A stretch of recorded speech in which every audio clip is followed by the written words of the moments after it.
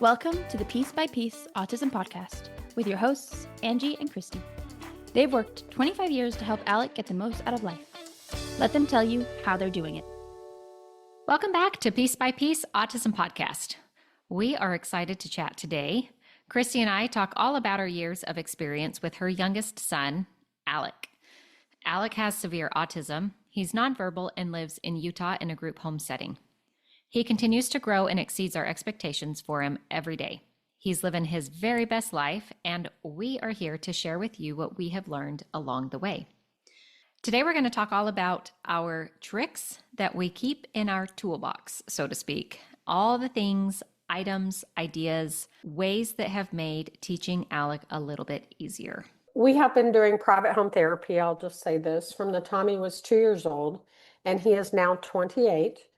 And we still use a lot of the same techniques that we used when he started as a 2-year-old. Yeah. We've organized this into 3 categories to discuss the things, our toolbox. So the first one is supports for Alec. The second one is literal tools. And the third one is team organization. So the first one we're going to talk about is counting. We have used counting in so many different applications. One of our most favorite and successful ones would be haircuts. Angie has spent many a moment bent over the chair of a hair salon counting.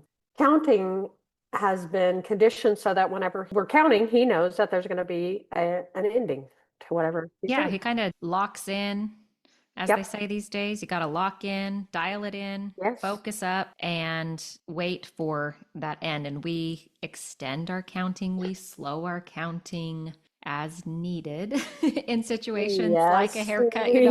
If the gal was, looking at me like I need 2 more seconds here, 9 and 9.5. Yes. Sometimes we would do the halves. We would do a whole bunch of fractions. But counting still to this day, because it was conditioned from the time he was such a little tyke, it just really speaks to him. It really gets him through almost anything. Yeah. We've used it to teach skills. He does his cleaning of his body in 5 count increments. And so it's clean your left arm for 5 counts and so on. And then also with toothbrushing. He's been doing that as part of his toothbrushing routine probably a good 10 or 15 years. Yeah, for sure. Am I wrong? I think I'm right. But he is very thorough when his toothbrushing. He's totally thorough. His teeth are always in great shape. He hardly ever has a cavity. And then his hand washing. He goes through phases of being kind of a bad hand washer. And so we go back to the basics. We say we're going to go back to counting. And he knows he's got so many counts on the front, on the back, in the water, blah, blah, blah. So we use it for chores. We use it for building any kind of tolerance that we need. The counting speaks to him, and we can use excellent. To all sorts of applications. And then along that same line, we have used calm counts, which are different than just counting up or using counting within a routine or chain.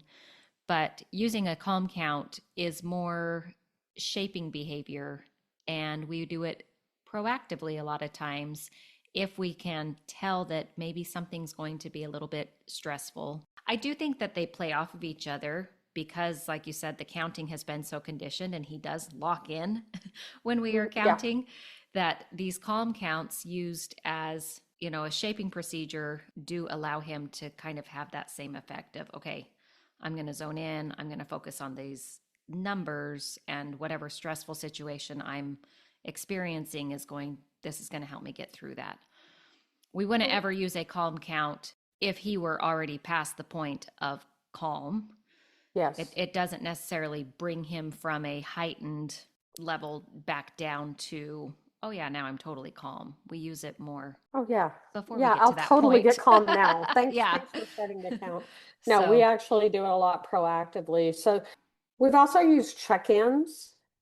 We've talked about this in How's Your Body, How's Your Mind episode of how we check in with Alec at the beginning of every shift, and we ask him, how's your mind, how's your body? And based on that, input from him, we're going to be able to structure his day and figure out, oh, your mind's only at a 3. What could we do to get it to a 4.5? And we know one of the things he can do is exercise. So we would make sure to schedule that in, or getting outside, or just making sure to move his body in some sort of way. Right. And from those check ins, we schedule his day. And so we have a schedule board. We use a lot of the PECs, the picture exchange communication system, to establish what the schedule will be based on the feedback that Alec gives, and also allowing him to make a lot of choices within that check in to plan his day. This is his time. We've got several people coming in, but if our morning shift says at some point we're going to go to the park and get some outside time and they aren't able to do it before they leave at noon, then that stays on the schedule board and allows the next person coming in to hang with Alec to still make that happen, because that's something he chose to do for the day. So it really allows for a good flow of transition with team members and gives Alec that visual and expectation of like, hey, here's what my day looks like. So that's really useful. And the input from him is really means a lot to him, I think. Oh yeah. We've also used picture books and social stories throughout his whole life. The picture books, though, more when he was a little kid. And we would do homemade picture books. We would just take pictures, print them out, probably just at home, laminate them with our little home laminator, and then put little, 3 rings on them. And he would carry those around, and we would use them till they were almost just worn out. We still have a few of them hanging around. And it's fun. He's got his whole bowling process on it, a trip to the doctor, to the dentist, any kind of daily schedule event. So there's not a surprise in in any of the kind of systems, when we're first training how to Right. get through a process. Of course, we're going to throw in challenges as he gets more skilled, but those were just really, really valuable for him to learn. Another super useful tool that we've used since he was really young is just the idea of wait time. And we would do this with reinforcers that we knew that he was looking forward to, and we would place it within arm's reach and say, okay, now just wait. And sometimes as we were working on this, our hand would maybe need to be there as a visual, and other times as he got more skilled in this, he was able to say, okay, I heard wait, and I'm just gonna sit here until they say, oh, thanks for waiting, go ahead, now you can have access to that bowl of popcorn or whatever the reinforcer was. But in doing that, we've been able to stand at a doorway and say, wait. And sometimes when you get somewhere, you can't have access to running into the restaurant and sitting down and getting your food. There are times in life where you face having to wait, and that can be really hard for our guys. And so finding opportunities within his day to practice that has really been a big payoff as he's matured. Definitely. We also have always had a mirror. When he was younger, we don't use it now that I can think of. I have one on my refrigerator at my house, but I don't think he really pays attention to it. I don't know that he's noticed it's there. But back in the day, we used to use the mirror to make him aware of his body, to help him develop some sounds. He had 6 or 7 sounds at the height of his communication, his verbal communication developing. And we would spend a lot of time. He really enjoyed it. It was so reinforcing to him to just sit in our lap in front of the mirror and do imitation work. And it was just a great pairing activity just to sit there, and we would stick our tongue out and see if he would stick his tongue out. And we would do a lot of things with our mouth to see if we could get him to imitate any of the sounds or any of the motions that we were making so that he could develop speech. Yeah. He unfortunately did not develop speech, but we did see progress with getting some sounds. And to this day, he's still bah. It means a few different things, but it's mostly good things. Yeah. And It's an agreeable sound. yeah, it's an agreeable sound. It's good. We've talked extensively in many of our podcasts about just this idea of proactive measures. And it is such a support for Alec and anybody that is working with him to think ahead, to have a backpack full of supplies, to have the car stocked with any backup items that you may need, and to just plan for potential pitfalls. We try to not arrange his world. We always like to give Alec a challenge when there's an opportunity. So proactive measures don't mean creating a perfect world for these guys, but to also just be ready for what may come.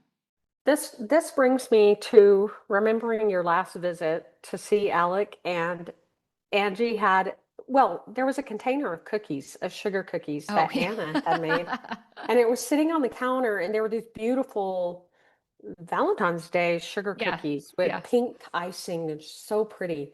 And he really loves those. And so he brought the box over because they're very difficult to open, these containers. They just seal like crazy. Yeah. And so he brought the box over and just kind of set it in front of Angie. And Angie said, just kept talking and didn't really, she's, oh, okay. And just kind of took the box and kind of leaned on the box, or, kind of tapped her fingers on the box or whatever, but did not open the box. And he was staring at her and he had access to 2 or 3 different letter boards that he could have pulled and spontaneously pulled and asked her for the cookies or access to the box so that he could get to the cookies, but he would not do it. Yeah. And so we call that floundering, because he was, it's a term we learned from one of our consultants, and it's just a great way to get him to learn new skills by not arranging things, right, by not setting that up, because that spontaneously happened, this great learning moment. And we didn't say to him, hey, you could ask Angie to open the cookies. Yeah, he eventually did. I will say he did succeed. Oh, good. Yeah. I don't think I ever saw the ending to it. I thought, oh, this is not going to end well because he's not going to get the cookies. But his perseverance is so good now. He's gotten so strong because of all this kind of practice where the world is not arranged for him. So he kept just coming up to Angie. Yeah.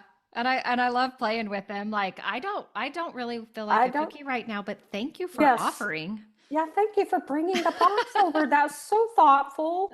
And then she would just go put the box back, and then he would bring it back over and pop it in front of her, and then he would try to open it himself, almost peeling his fingernails back, trying to get it open.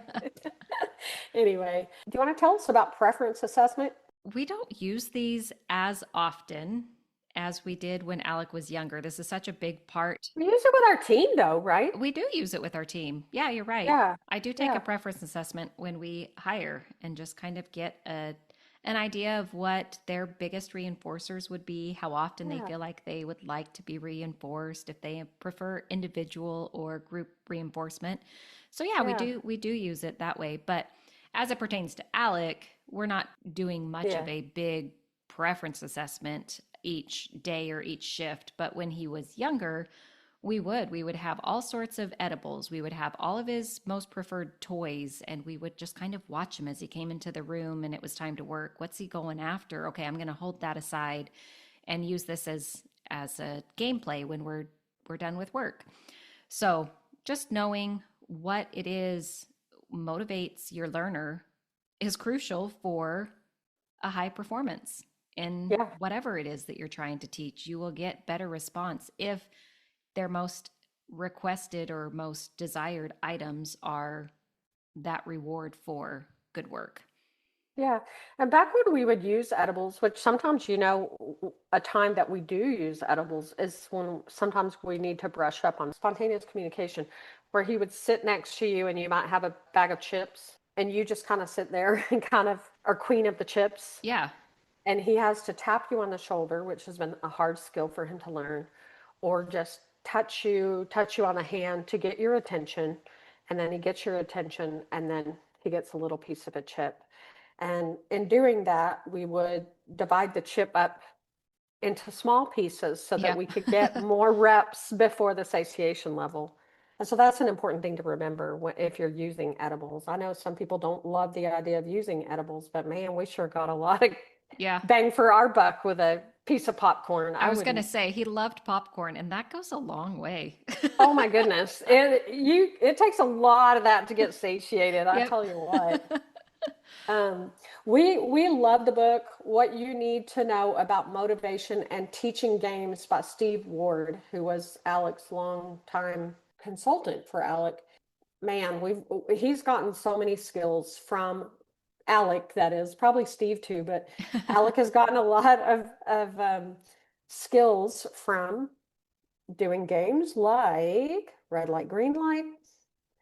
He learned about taking turns. There's a social element to games. For Zingo, he learned that sometimes you don't have a match in Zingo, and so you have a no plate. So then he learns what no, like, oh, these are the possible solutions to this. Oh, but this one isn't a possibility. So we have to have someplace to put that. So that Hmm. taught him no. What are other games that we did, Angie? Can you think? I mean, we do board games and things like that that are just a lot of social development with that. We did a lot of games that would also support communication practice, like Scrabble, Oh, or yeah. what's the one that you shake the box with all the Boggle. letters? Yes, that one. Yeah, So we did that as a communication practice. that's fun. We need to do Boggle again. I forgot about that. Yeah. It's really good. And he does that one where who is it? No, I always get the name of it wrong. Where the pictures of the people come up. Oh, guess who? Guess who? Oh, I Yes. remember the one. The one game that he has called Smartass. But oh, sorry, we're not explicit. He called it on his letterboard, he would call it Smart Ask That's right. because he didn't want to say a naughty word. And we sharpied it on the Yeah, box too. we sharpened it on the box and we would all call it Smart Ask. And it had these cute, questions in it that would just be fun to see how he would answer it once he'd started doing a letterboard to communicate. I mean, games just offer so many of those Yeah. opportunities. So, Yeah, and if you think, oh, my child can't play a game, I mean, when I first was told, oh, we're going to play Trouble with Alec, I thought, oh, it's fine motor. You've got to move the mhm. little pieces around. You've got to be able to count. You've got to be able to, I mean, well, she can count, but like, in the way where you move a piece around, that's kind of it's a different skill set. And so I was amazed at how well he does at that game Yeah. and how much he enjoys it. Well, and when you're playing with somebody else who can give those supports and help Yeah, move the pace of things along and show some success and momentum within the yeah. gameplay, I think that is also confidence boost. Yeah, you're also modeling it. You're Right. modeling how to play it whenever you take your turn. And who doesn't love the Pop-O-Matic? Everybody can do the Pop-O-Matic. Yeah, that's fun. That's super fun. Super reinforcing. We have done a program called Travel Match, which is kind of like a around the house game. He loves Yeah. this program. We've just taken pictures of locations throughout the house, and this really helped Alec figure out how to have an item in his hand and how to walk to that place and move his body while still thinking and problem solving. And so it was everything from the fireplace to the back door to the dishwasher and the fridge and his bedroom door and the bathroom lights and whatever items we could find to match to, we would just build his repertoire. And I mean, he was eventually walking upstairs, downstairs throughout the entire house with 20 to 30 targets and would just skip along. And, it was fun. And we'd put him on a timer and see how quickly he could do it. And he would look at his last data points and try and beat his previous time. And so that kind of turned into a game throughout the house, but was also very effective in getting him to move his body and do it in a meaningful way. Yeah, and I've said it before, it's just really, really fun to watch him do things like Yeah. that. Yeah. Because I remember where he started from. Right. I remember when he started that thinking, he's not going to be able to do this, guys. Yeah. And just thinking, oh my gosh, can he do this? And he did. I mean, it took a number of years to get where he is now. Right. But I mean, now it's like, oh, should we expand to a different room or should we add another, should he go in the basement now? And he really can go all over the house and just complete it on his own. Isn't Yeah, he he's very independent. independent? Yes, he's Okay. very independent there. And we've even done a little bit of the flip side in giving him a bucket of items. And we call this one, Where Does This Go? And we just hand him a bucket and it has everything from dishes to Trash. trash. Yep. Yeah. Something that goes in the laundry basket, something that goes in his laundry or in his dresser drawer or in his bathroom. And so he's putting all of these items now away. He's not just matching a picture to location. So similar skill. He's moving his body. He's, making his way around the house, but now he's got an item to actually find its location, not just the picture. Yeah, and these things help him because his receptive discrimination has been something that he's really struggled with his whole life. Mm-hmm. So I think it helps put that Yeah. more into the Yeah. realm of being useful and functional. We use music a lot with him. Music for Alec is a huge reinforcer. It always has been. He's always enjoyed it. We've used some repetitive teaching songs where he has to fill in the last word. We're hoping that he'll fill in the last word. Right. We did 1,000,001 songs and he never filled in the last word, but we did a lot of work on it. And if a child had emerging language, it would be a very, very helpful tool. Yeah. I think for him he did a bit of sign though. Like if you're happy and you know it and he Oh, was yeah, yeah, awesome for sure. at being aware and Yes, joining in, clapping his hands and stomping his feet yes, and even the vocal for hooray, that's one yes. of my favorites. So No, you're right. You're right. I'm wrong. He does do that one. Yeah, but it's also like if he's just in the house and he's being calm and he's just chilling, it's fun to walk in the house and they'll be playing some music in the hmm. background. Yeah. And he enjoys that part of just being a typical guy of just sitting, having a book and some beads and listening to whatever music he's into at the time. That's right. Yeah. There are also often times that we take a situation that we face at work or within a learning opportunity and recreate this at home so that he can be a little bit more proficient and independent.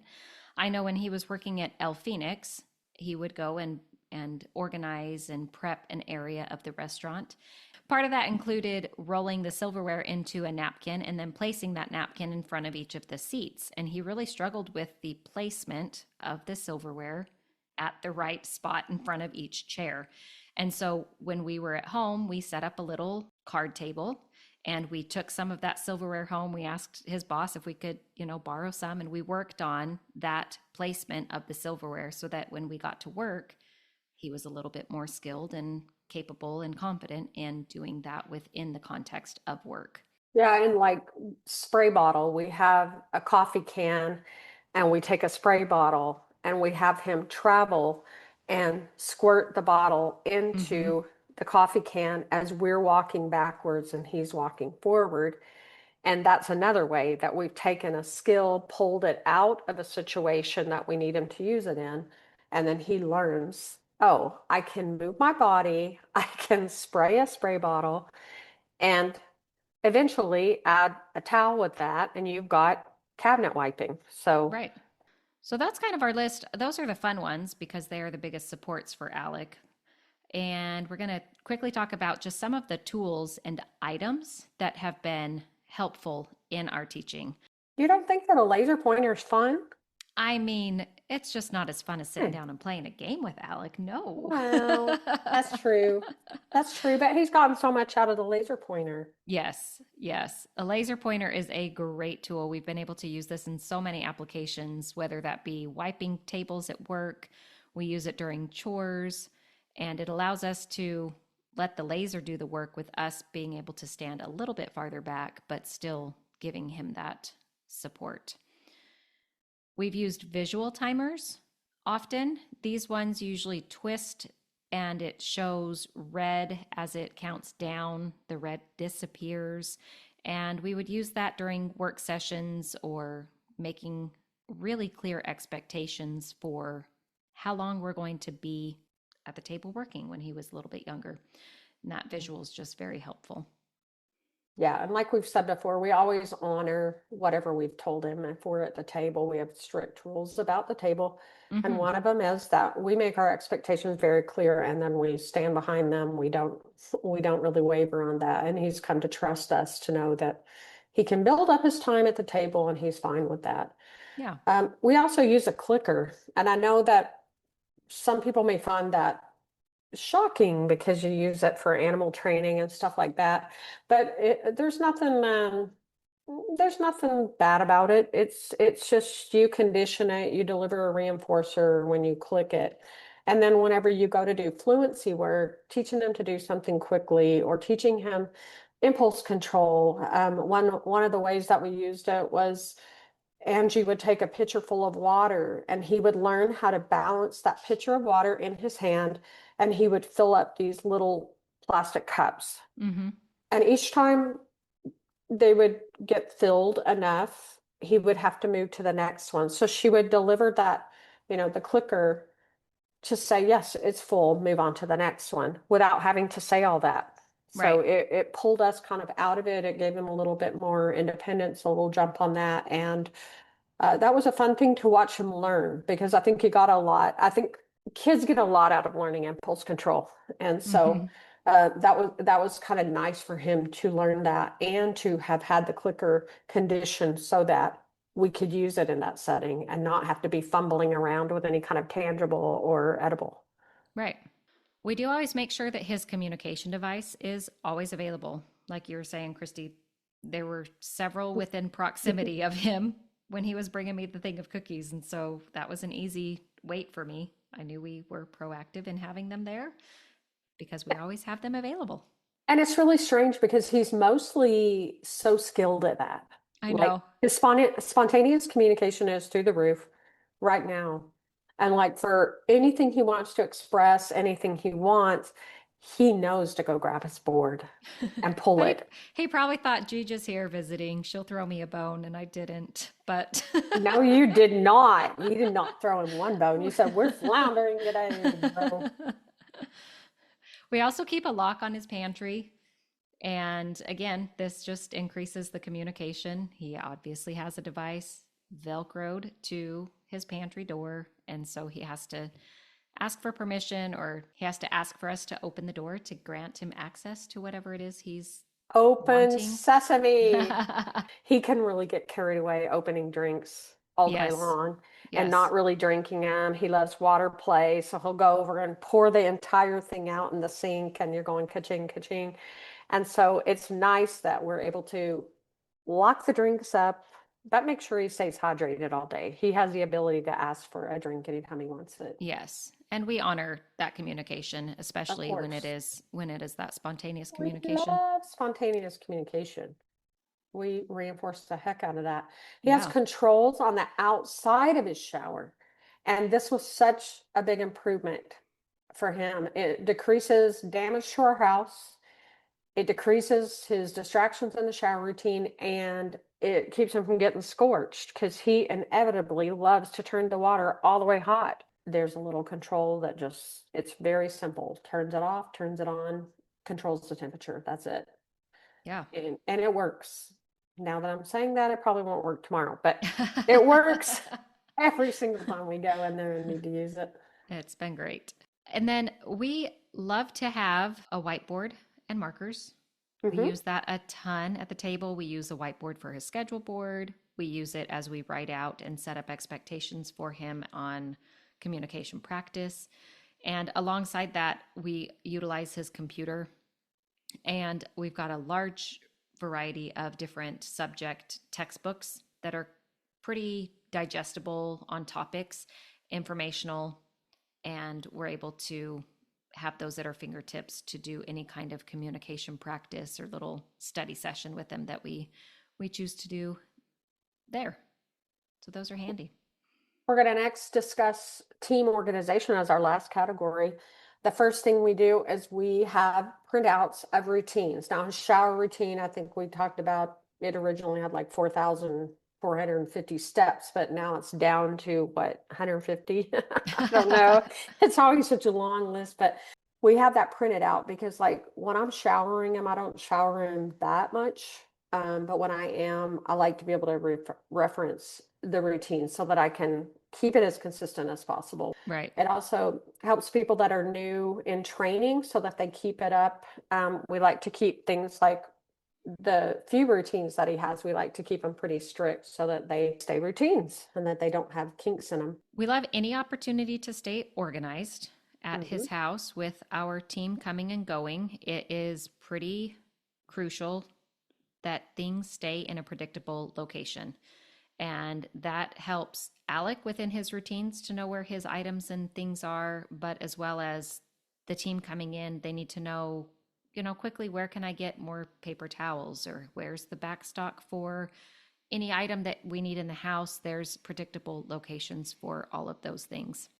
We keep data on the iPad. I think we've mentioned that before. Data is not that huge in our life, but it is still an important part that we can't ignore. We take data on some chores, not all of the chores.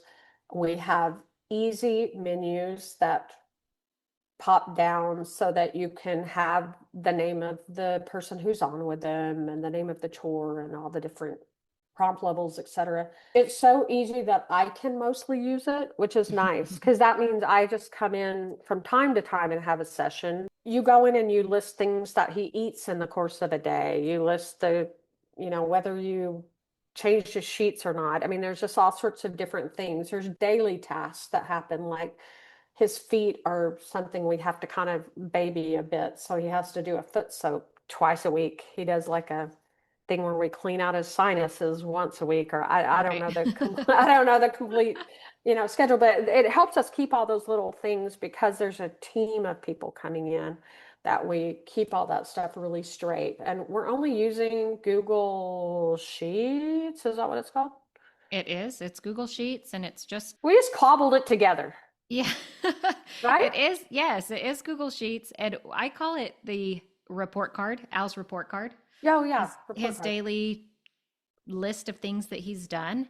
And it's kind of a fun little journal. I had clicked on Yeah. just recently, a couple years past. I was like, oh, I wonder what we were doing back then. It was fun to be like, oh, this person took him bowling and we were training this individual at that time. It's fun to have that to look back on.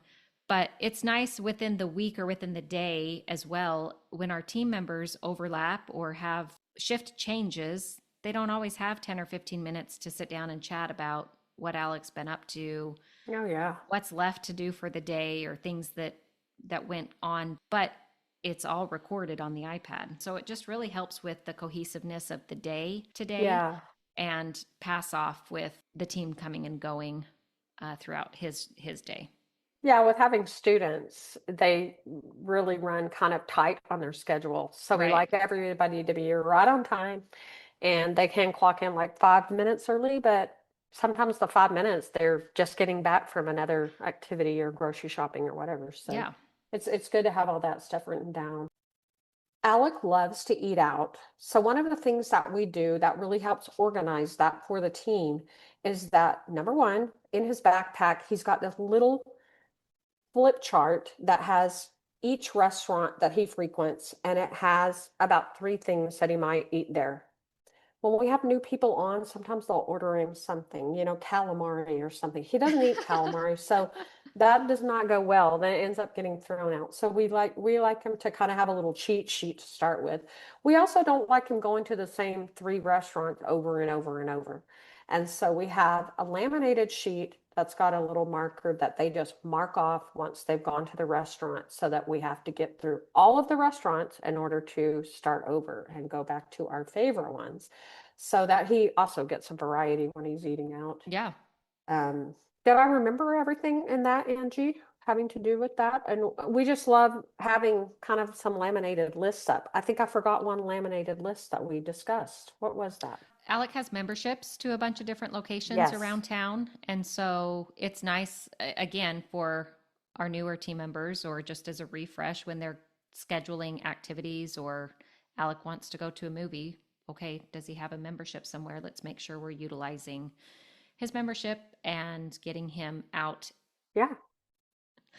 Lots of fun things, lots of simple but useful tools that really allow Alec to not have to think about or be muddled down. Our team to not have to worry about a lot of things. We try and take some of the guesswork out. We try to make sure that things are organized and that they have at their fingertips whatever it is they would need so that teaching Alec can be as successful as possible.